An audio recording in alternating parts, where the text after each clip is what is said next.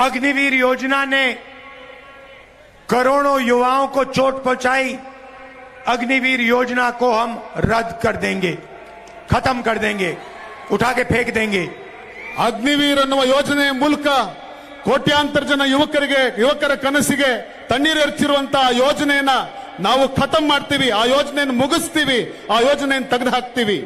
और ये जो गलत जीएसटी बीजेपी ने लागू की है, 5 अलग अलग टैक्स, किसानों पर टैक्स, गरीबों पर टैक्स, जीएसटी को हम बदल देंगे, सिंपल जीएसटी बना देंगे, गरीबों की जीएसटी बना देंगे।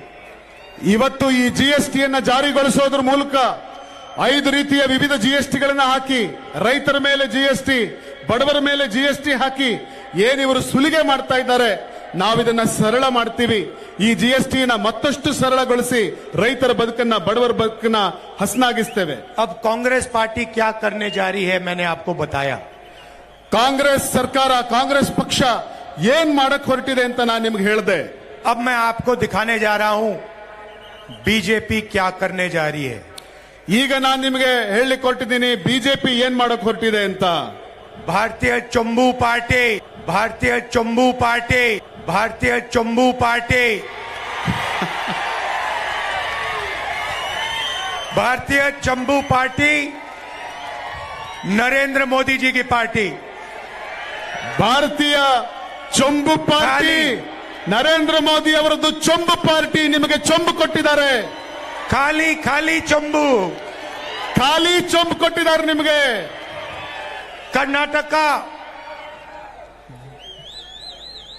100 रुपए देता है हिंदुस्तान को, आपको 13 रुपए वापस मिलते हैं। ಕರ್ನಾಟಕ ದೇಶಕ್ಕೆ 100 ರೂಪಾಯಿ ಕೊಟ್ರೆ ನಮಗೆ ವಾಪಸ್ ಬರೀ 13 ರೂಪಾಯಿ ಸಿಗ್ತಾ ಇದೆ ನಿಮಗೆ।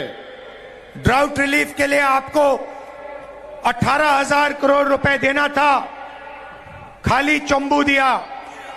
ಬರ ಪರಿಹಾರಕ್ಕೋಸ್ಕರ ನಿಮಗೆ 18,000 ಕೋಟಿ ಕೊಡಬೇಕಾಗಿತ್ತು, ಆದ್ರೆ ಅವರು ಕೊಟ್ಟಿದ್ದು ಖಾಲಿ ಚೊಂಬು। फाइनेंस कमीशन 60,000 करोड़ रुपए नहीं दिए।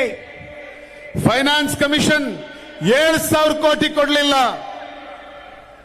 सिर्फ खाली चंबू, भारतीय चंबू पार्टी ನಿಮಗೆ ಕೊಟ್ಟಿದ್ದು ಖಾಲಿ ಚೊಂಬು, ಅದು ಭಾರತೀಯ ಚೊಂಬು ಪಾರ್ಟಿ। तो भाइयों और बहनों, कांग्रेस पार्टी का पूरा समर्थन कीजिए। ಸಹೋದರ ಸಹೋದರಿಯರೇ, ಹೀಗಾಗಿ ನಾನು ನಿಮ್ಮನ್ನು ಕೇಳ್ಕೊತಾ ಇದ್ದೀನಿ, ಕಾಂಗ್ರೆಸ್ ಪಾರ್ಟಿಗೆ ಶಕ್ತಿ ಕೊಡಿ।